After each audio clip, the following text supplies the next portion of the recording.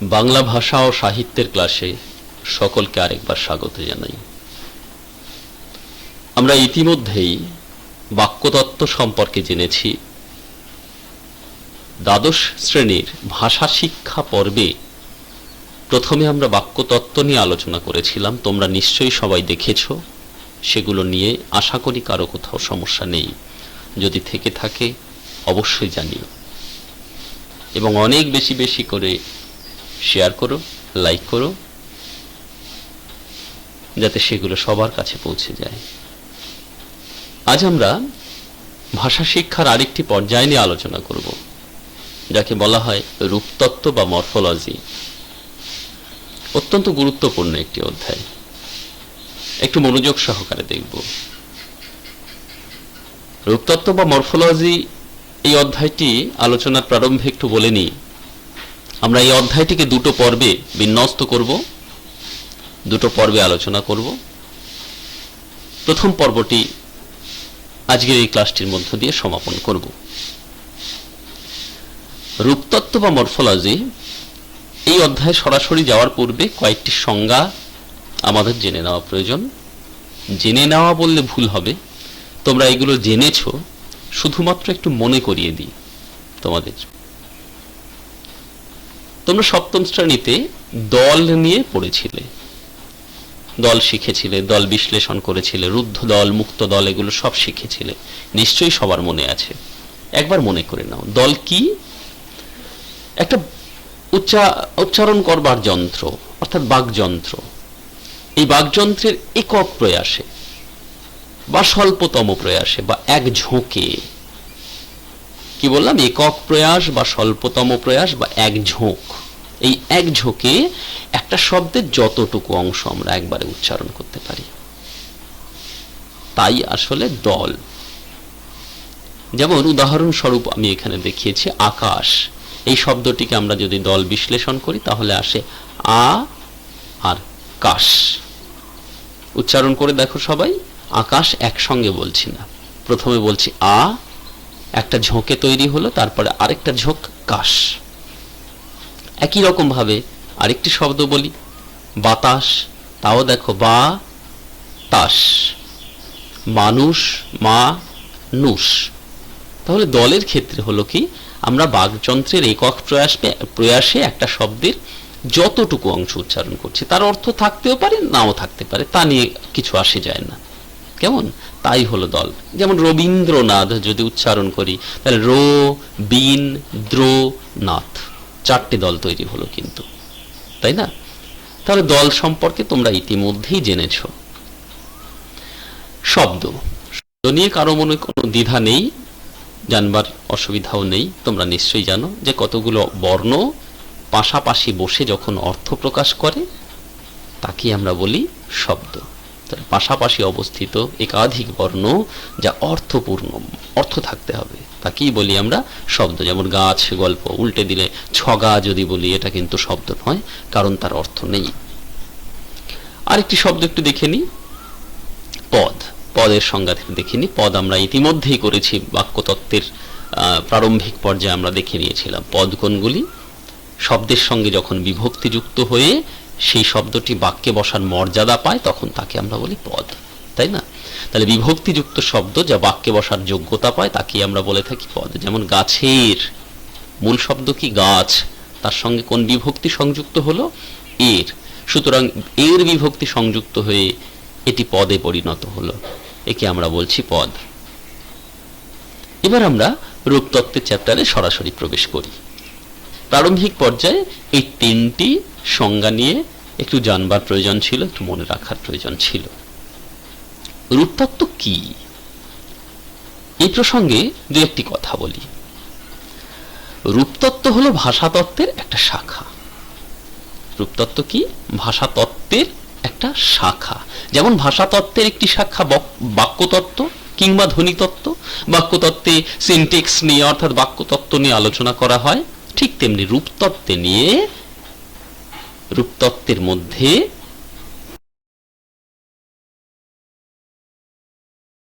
আলোচনা করা হবে। রূপ কি প্রাসঙ্গিকভাবে আসছি। রূপতত্ত্বের কাজ কি ছোট্ট করে জেনে রাখা দরকার, রূপতত্ত্বের কাজ হলো অর্থপূর্ণ শব্দের রূপ নিয়ে আলোচনা করা।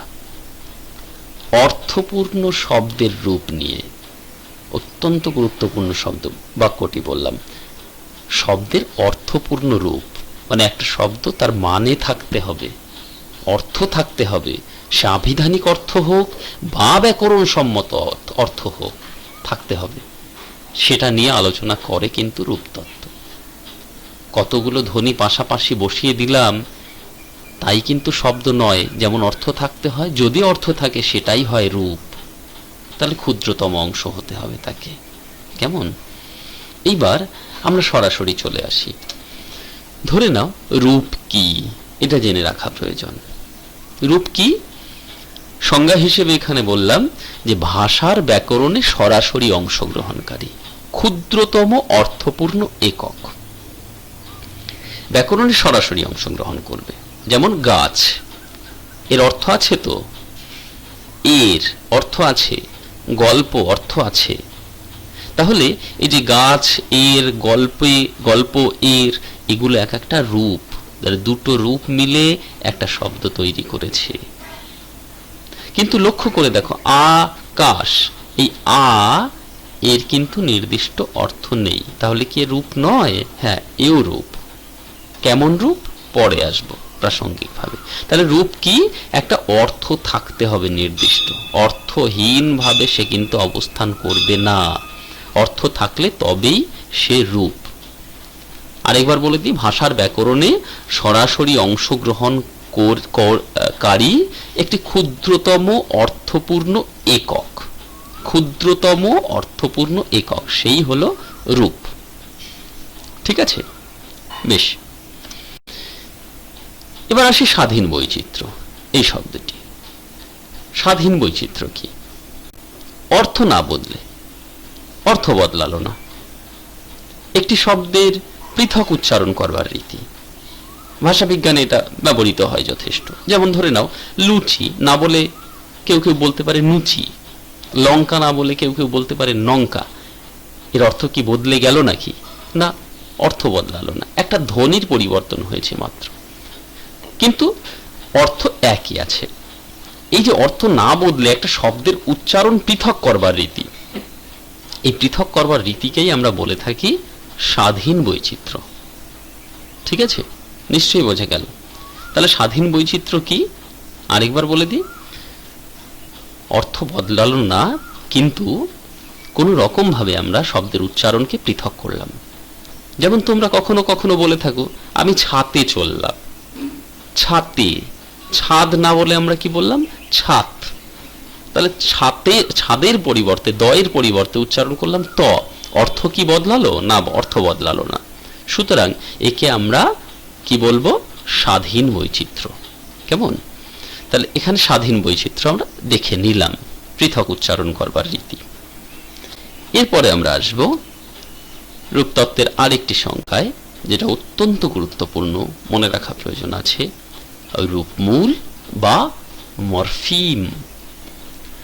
তাহলে আমরা দেখলাম রূপ কি?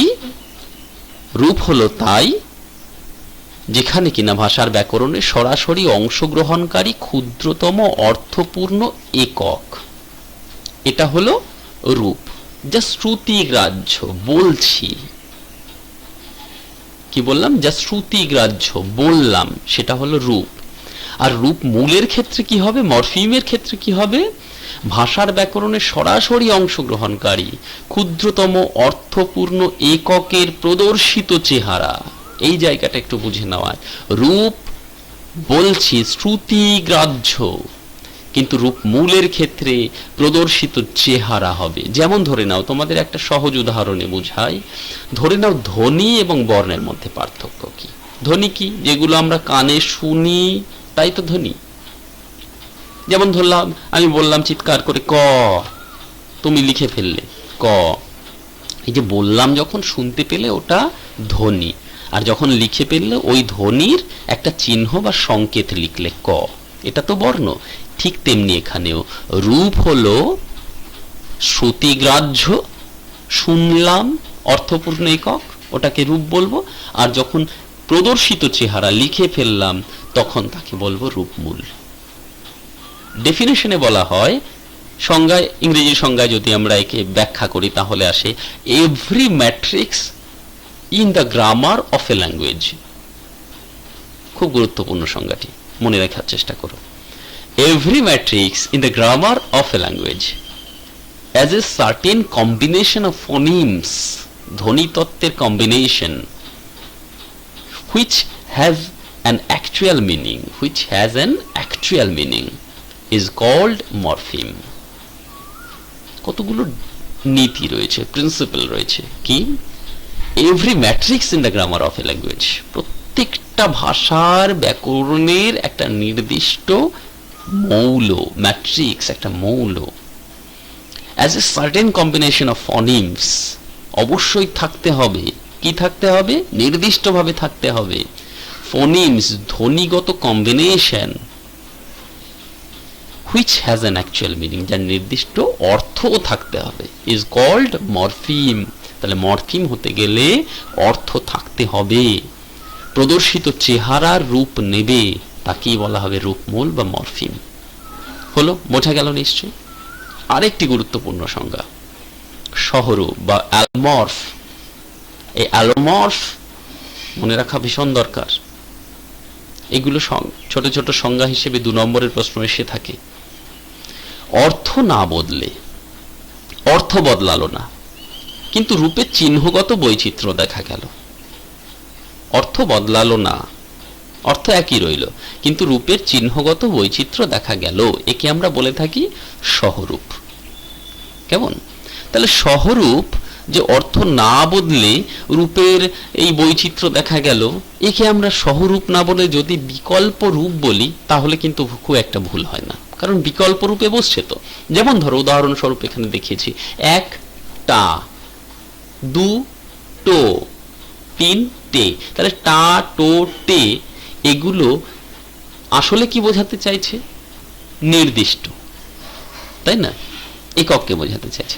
আবার আমরা যদি বলি গুলো, সমূহ, রা, এরাও লক্ষ্য করে দেখো সহরূপ, একই রূপের বিকল্প চেহারা। গুলো, যেমন যদি বলি ছেলেগুলো, সমূহ, ব্যক্তি সমূহ, রা, পাখিরা, সবই বহুবচনকে নির্দেশ করলো। তাহলে একে আমরা সহরূপ বলতে পারি, বিকল্প রূপের চেহারা নিয়েছে এখানে।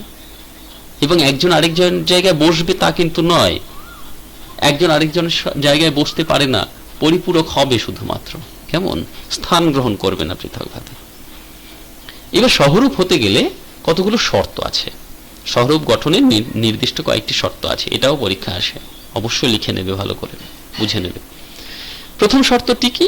আভিধানিক ব্যাকরণসম্মত ভাবে কোন রূপের সঙ্গে তার রূপের অর্থগত সাধারণ মিল থাকবে। ধরে নাও গুলো এবং সমূহ, এই উভয়ের সঙ্গে উভয়ের একটা মিল আছে। আভিধানিক মিল থাকতে পারে, ব্যাকরণসম্মত মিল থাকতে পারে। কেমন? আভিধানিক আর ব্যাকরণসম্মত কি, এটা আমরা ডিটেল পরে আলোচনা করব। আভিধানিক হলো অভিধান ঘেটে, অভিধান খুঁজে যার অর্থ খুঁজে পাওয়া যায়, আর ব্যাকরণসম্মত অভিধানে নেই কিন্তু ব্যাকরণগতভাবে যাকে আমরা খুঁজে পাই। কেমন? তাহলে আভিধানিক বা ব্যাকরণসম্মত ভাবে একটা রূপের সঙ্গে আরেকটা রূপের একটা সংযুক্তির ভাব থাকবে, একটা মিল থাকবে। কেমন? দ্বিতীয় শর্তে কি আছে? সহরূপের অর্থ একে অপরের পরিপূরক হতে হবে। পরিপূরক মানে একজনের জায়গায় সে না বসে অন্য একজন এসে বসলে পরে তার অর্থ প্রকাশ পাবে, তবে একের জায়গা অন্য নিতে পারবে না, এটা মনে রাখতে হবে। ব্যক্তি সমূহ না বলে ব্যক্তিগুলো যদি বলি, শুনতে খুব একটা ভালো লাগে না। কেমন? মহাপুরুষ গণ যদি বলি, এই যে গণ, গণ পদটির সাহায্যে আমরা তাকে ব্যক্ত করলাম, তার অসংখ্য বহুবচনকে ব্যক্ত করলাম।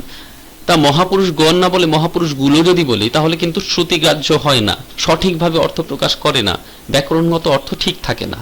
সুতরাং আমাদের মহাপুরুষ গণ বলতে হবে গুলোর ক্ষেত্রে, ছেলেগুলো বলা যেতে পারে। কেমন? সুতরাং কি দেখা গেল? একে অপরের জায়গা নিতে পারলো না। সুতরাং সহরূপ গঠনের এই শর্তগুলি কিন্তু মেনে চলা অত্যন্ত কর্তব্য, এই শর্তগুলো মেনে চলতে হয়। তা আমরা এই পর্যায়ে রূপমূল, মরফিম, সহরূপ বা অ্যালোমর্ফ এর সংজ্ঞা এবং তার সঙ্গে সহরূপ গঠনের শর্ত, এগুলো দেখে নিলাম। এবার আমরা কয়েকটি পার্থক্য দেখে নেব, যে পার্থক্যগুলো অত্যন্ত গুরুত্বপূর্ণ, এগুলো পরীক্ষায় এসে থাকে। পার্থক্যের মধ্যে আমরা প্রথমে দেখতে পাব রূপ এবং দলের মধ্যে পার্থক্য। আমরা ইতিমধ্যে দলের সংজ্ঞা পেয়েছি, রূপের সংজ্ঞা পেয়েছি। রূপ কি? ক্ষুদ্রতম অর্থপূর্ণ একক, একটি ভাষায় ব্যবহৃত সবচেয়ে ছোট ক্ষুদ্রপূর্ণ অর্থপূর্ণ একক, মানে থাকতে হবে, তাই না? কিন্তু দলের ক্ষেত্রে বাকযন্ত্রের একক প্রয়াসে যেটা উচ্চারিত হয় তার অর্থ থাকতেও পারে, নাও থাকতে পারে। যেমন একটা শব্দ নিয়ে আমরা আলোচনা করি, রবীন্দ্রনাথ। লক্ষ্য করে দেখো এখানে রূপ কটি আছে? রবীন্দ্রনাথ, দুটি রূপ আছে। কিন্তু দল রবীন্দ্রনাথ, একটার অর্থ আছে, আরগুলোর অর্থ আছে নাকি? রবীন্দ্র এর কোনো অর্থ থাকে নাকি? তাহলে দলের অর্থ থাকতে পারে, নাও পারে, কিন্তু রূপের অর্থ থাকবেই, তাই তো? দ্বিতীয়, ইহা ধ্বনিতত্ত্বের অর্থগত অনুভূতি এবং অর্থ থাকতেই হবে। তাহলে ধ্বনিতত্ত্বের অনুভূতি এটা একটা, এবং অর্থ থাকবে এমন অনুভূতি, আর এখানে অর্থ নাও থাকতে পারে। তৃতীয়, ইহার ক্ষেত্রে অর্থের প্রাধান্য মুখ্য, অর্থের প্রাধান্য মুখ্য হয়ে দাঁড়ায়, আর অর্থের প্রাধান্য গৌণ, অর্থাৎ অর্থ থাকতে পারে, মেবি নাও থাকতে পারে। ঠিক আছে? তাহলে দল আর রূপ নিয়ে কারো কোনো দ্বিধা নেই, অসুবিধা নেই। দ্বিতীয়, আমরা দ্বিতীয় পর্যায়ে রূপের সঙ্গে পদের পার্থক্য দেখে নেব। রূপ কি? আমরা জানি অর্থপূর্ণ, ক্ষুদ্রপূর্ণ, অর্থপূর্ণ এবং ক্ষুদ্রতম একক। কিন্তু পদের ক্ষেত্রে কি হয়? বিভক্তিযুক্ত অর্থপূর্ণ শব্দ, বিভক্তি সংযুক্ত হয়ে আছে। সুতরাং পদের ক্ষেত্রে একটু বড়, রূপের ক্ষেত্রে একটু ছোট। সকল রূপের এককভাবে বাক্যে বসার যোগ্যতা নাও থাকতে পারে। সকল রূপের মানে প্রত্যেকটি রূপ, যেটা রূপ তৈরি হলো, তার বাক্যে বসার যোগ্যতা নাও থাকতে পারে।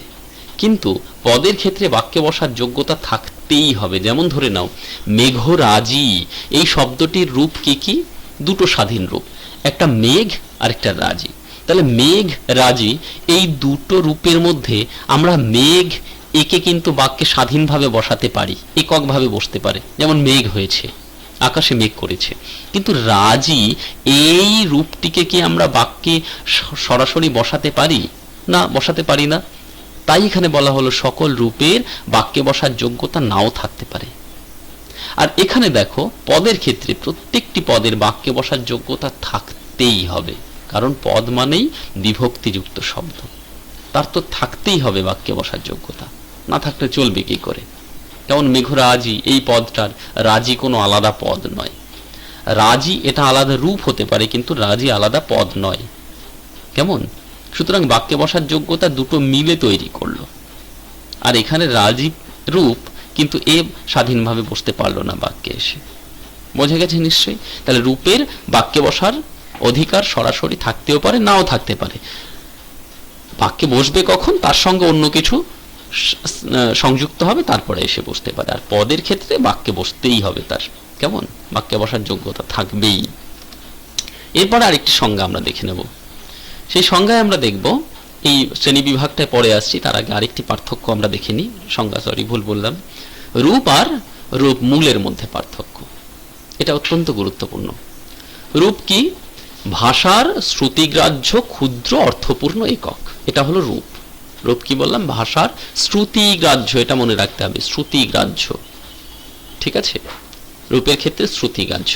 আর রূপমূলের সেই শ্রুতিগ্রাহ্য অর্থপূর্ণ এককের প্রদর্শিত চেহারা দেখতে পাচ্ছি তখন আমরা, যেমন ভাবে ধ্বনি আর বর্ণের মধ্যে পার্থক্য নিরূপণ করেছিলাম। রূপ ইহা ধ্বনিতত্ত্বের অর্থগত অনুভূতি, এবং অর্থ থাকতেই হবে, রূপের অর্থ থাকতেই হবে। আর রূপমূলের ক্ষেত্রে ধ্বনিতত্ত্বের অর্থগত অনুভূতির প্রকাশ হল রূপমূল, অর্থ থাকতেই হবে, আর সেই অর্থের প্রকাশিত রূপ, তাই হলো রূপমূল। বোঝা গেছে? তাহলে শ্রুতিগ্রাহ্য অর্থপূর্ণ একক আর প্রদর্শিত চেহারা, ইহা অর্থপূর্ণ এই ধ্বনিতত্ত্বের অর্থগত অনুভূতিটির অর্থ থাকতেই হবে। রূপমূলের কি অর্থ থাকতে হবে না? হ্যাঁ, রূপমূলের অর্থ থাকতে হবে, তবে তা হলো প্রদর্শিত চেহারা। কেমন? বেশ, আমরা সংজ্ঞাগুলি দেখে নিলাম ইতিমধ্যেই। রূপ দল, রূপ পদ এবং রূপমূলের মধ্যে সংজ্ঞা দেখলাম। এবার আমরা রূপমূলের শ্রেণী বিভাগে আসব। রূপমূলের শ্রেণী বিভাগটা একটু মনোযোগ সহকারে দেখবে। তোমাদের দ্বাদশ শ্রেণীর ভাষা শেখার যে বইটি রয়েছে সেখানে বিস্তৃতভাবে আলোচনা করা আছে ঠিকই, কিন্তু শ্রেণী বিভাগ সম্পর্কে পরিচ্ছন্ন রূপ প্রদান করা নেই। তাই বলবো এটা একটু অন্যরকমভাবে দেখো আর লিখে নিও। রূপমূল শ্রেণী বিভাগ। রূপমূলকে আমরা প্রাথমিক পর্যায়ে দুটো শ্রেণীতে ভাগ করতে পারি, একটা স্বাধীন রূপমূল আর একটি পরাধীন রূপমূল। স্বাধীন রূপমূলকে আবার দুটি শ্রেণীতে ভাগ করতে পারি, একটি আভিধানিক রূপমূল আর একটি ব্যাকরণ সম্মত রূপমূল। পরাধীন রূপমূলকেও দুটি শ্রেণীতে ভাগ করা যায়, আভিধানিক, ব্যাকরণ সম্মত। সুতরাং স্বাধীন আর পরাধীন প্রত্যেককে আভিধানিক ব্যাকরণ সম্মত রূপমূলে বিভাজন করা যায়। ব্যাকরণ সম্মত রূপমূলকে আবার দুভাগে সমন্বয়ে নিষ্পাদিত, মানে পরাধীন ব্যাকরণ সম্মতকে দুভাবে সমন্বয়ে নিষ্পাদিত, স্বাধীনকে আর ভাঙা যায় না। এবার এইগুলো সম্পর্কে বিস্তৃত আলোচনায় আসি। প্রথমটি কি বললাম? স্বাধীন রূপ বা স্বাধীন রূপমূল। স্বাধীন রূপমূল কাকে বলে? পদের মধ্যে অবস্থানকারী অর্থপূর্ণ একক বা প্রধান অংশ যার একক ব্যবহার আছে, তাই হলো স্বাধীন রূপমূল। যেমন ধরে নাও আকাশ আর মেঘ। লক্ষ্য করে দেখো, এই পদ দুটি বাক্যে যখন বসানো হয় তখন কারো জন্য অপেক্ষা নাও করে থাকতে পারে, সরাসরি বসতে পারে। তো সরাসরি যখন বসবে বাক্যের মধ্যে তখন সে হলো স্বাধীন। আর সরাসরি যদি না বসে তাকে আমরা কি বলবো? পরাধীন। একক ব্যবহার নেই যেগুলো, তাকে আমরা পরাধীন বলি। যেমন আকাশে যদি বলি এ, মেঘেতে, আকাশ ঢেকে গেছে, মেঘ এতে, তাহলে মেঘের সঙ্গে এতে, এই এতে মেঘের সঙ্গে জোড়া লেগে বসে রইল, এর নির্দিষ্ট কোনো অর্থ নেই। সুতরাং এ তো স্বাধীন নয়, এ তো পরাধীন। কার পরাধীন হয়ে আছে? মেঘের পরাধীন হয়ে আছে। তাহলে পরাধীনের ক্ষেত্রে কি হবে? যে সকল রূপের ভাষা একক ব্যবহার নেই, কেবলমাত্র স্বাধীন রূপকে অর্থপূর্ণ করে তোলার জন্য অবস্থান করে, তারাই পরাধীন রূপমূল। যেমন মেঘ এতে, মেঘের সঙ্গে এতে সংযুক্ত হলো এসে, বোঝা গেছে নিশ্চয়ই? এটাকে বলে পরাধীন রূপমূল। কেমন? এরকম অসংখ্য পরাধীন রূপমূল হতে পারে। যেমন আমরা যদি বলি বাসনওয়ালার, ছোটবেলায় পড়েছিলে বাসনওয়ালা থালা বাজায়, তাই না? সুর করে ওই হাঁক দিয়ে যায়, মনে পড়ছে? তাহলে বাসনওয়ালা, সেখানে বাসন মূল শব্দ, এটা স্বাধীন, আর তার সঙ্গে ওয়ালা এসে সংযুক্ত হলো, এটা কিন্তু পরাধীন। এবার আমরা আভিধানিক আর ব্যাকরণ সম্মত রূপমূল নিয়ে একটু সংজ্ঞা নির্দেশ করব। আভিধানিক কি? এক একক অবিভাজ্য পদ যার অভিধানগত অর্থ আছে, মানে বিশেষ্য বা ক্রিয়া জাতীয় যাই হোক না কেন, তার অভিধানগত অর্থ আছে, অভিধানে যার স্থান আছে, অর্থ আছে, তাই হলো আভিধানিক। যেমন হাত, কলম, খাতা, এর অর্থ কিন্তু আমরা অভিধান ঘেটে খুঁজে পেতে পারি, সুতরাং এটা আভিধানিক। এটা বুঝেছ? এরপরে আসি ব্যাকরণ সম্মত। অভিধানে যার অবস্থান নেই, অভিধানে খুঁজে পাওয়া যাবে না, কিন্তু ব্যাকরণে এর গুরুত্ব আছে। যেমন দেখো, থেকে, কে, টা, এর, এই থেকে অনুসর্গ, কে বিভক্তি, টা নির্দেশক, এর বিভক্তি, এগুলো অভিধানে গিয়ে তুমি অর্থ খুঁজে পাবে না। এগুলো কিন্তু ব্যাকরণগত এক একটি বিশেষ গুরুত্বপূর্ণ অংশ, সুতরাং একে আমরা বলি ব্যাকরণ সম্মত রূপমূল। তাহলে আভিধানিক হলো, ব্যাকরণ সম্মত হলো। এই দুটো বুঝেছো ভালো করে? আভিধানিক আর ব্যাকরণ সম্মত উভয়ের ক্ষেত্রেই আছে। যেমন স্বাধীন আভিধানিক, স্বাধীন ব্যাকরণ সম্মত। এবার সেটা আমরা দেখে নেব। এই যে স্বাধীন রূপমূলের দুটো শ্রেণী, একটা আভিধানিক, একটা ব্যাকরণ সম্মত। তাহলে স্বাধীন আভিধানিক কোনটি? যে স্বাধীন রূপমূলের অভিধানগত অর্থ আছে তাকে স্বাধীন আভিধানিক বলা হয়, যেমন খাতা, বই, কলম। আর যে সকল স্বাধীন রূপমূলের ব্যাকরণ সম্মত অর্থ আছে, অভিধানে কোনো স্থান নেই, যেমন থেকে, চে, টা, এগুলোকে আমরা ব্যাকরণ সম্মত বলি। বুঝতে পেরেছো নিশ্চয়ই? আমরা আগের শ্রেণীটা একটু দেখে নিই। তোমাদের নিশ্চয়ই মনে আছে, একটা শ্রেণী নির্দেশ করে দিলাম, একটা স্ট্রাকচার তৈরি করে দিয়েছিলাম, যেখানে রূপমূলের দুটো অংশ, একটা স্বাধীন, একটা পরাধীন। স্বাধীনের আবার দুটো অংশ, আভিধানিক আর ব্যাকরণ সম্মত। পরাধীনেরও দুটো অংশ, আভিধানিক, ব্যাকরণ সম্মত। আমরা স্বাধীনের দুটো অংশ নিয়ে আলোচনা করলাম, একটা আভিধানিক আর একটা ব্যাকরণ সম্মত। আভিধানিকে কি? অভিধানগত অর্থ আছে যে স্বাধীন রূপমূলের, যেমন বই, খাতা, কলম।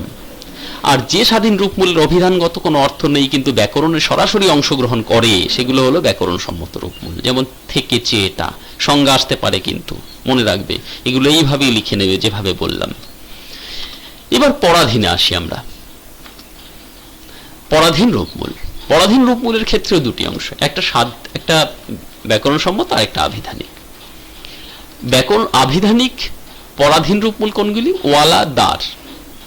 এই ওয়ালা দারের অর্থ কিন্তু আমরা অভিধানে খুঁজে পাই, কিন্তু এরা পরাধীন রূপে বসে থাকে। যেমন বাসন, ওয়ালা, মূল শব্দ কোনটা, স্বাধীন কোনটা এর মধ্যে? বাসন। আর স্বাধীনের সঙ্গে লেগে আছে, গায়ে হেলান দিয়ে দাঁড়িয়ে আছে ওয়ালা। সুতরাং ওয়ালা হলো আভিধানিক পরাধীন রূপমূলের মধ্যে। কি বললাম নিশ্চয়ই বুঝতে পারছো। দেখো, ধরো যদি বলি ফুল ওয়ালা, তাহলে ফুল এটা হলো স্বাধীন রূপমূল, আর ফুলের সঙ্গে গায়ে হেলান দিয়ে দাঁড়িয়ে আছে কে? ওয়ালা। তাহলে ওয়ালা তখন হলো পরাধীন রূপমূল। কিন্তু পরাধীন রূপমূলের তো দুটো শ্রেণী, একটা আভিধানিক আর একটা ব্যাকরণ সম্মত। তাহলে ওয়ালাটা কোন? ওয়ালাটা আভিধানিকের মধ্যে পড়বে, এটাকে আমরা অভিধানের মধ্যে খুঁজে পাই।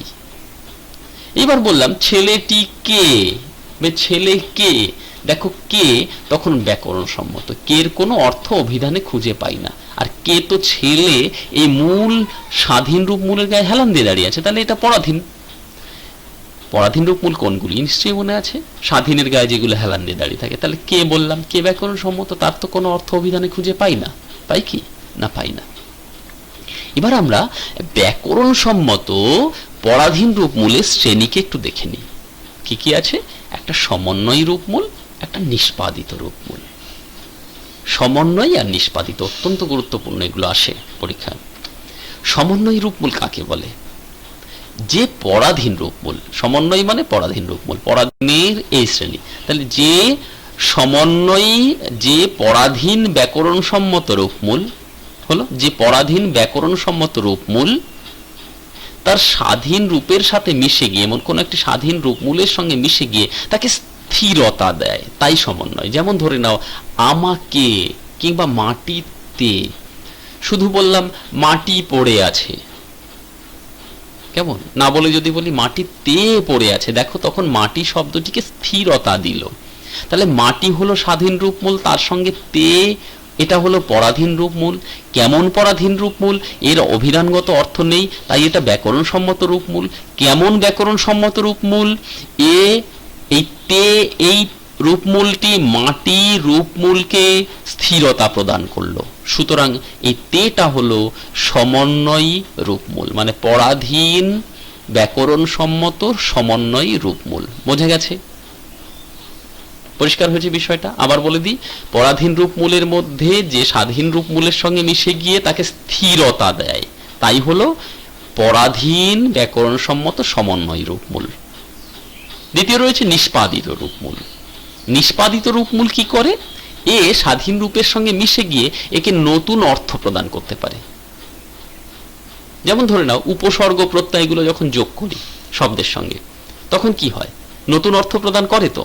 যেমন ধরো কু, আমি বললাম কথা, কথাটা কি? স্বাধীন।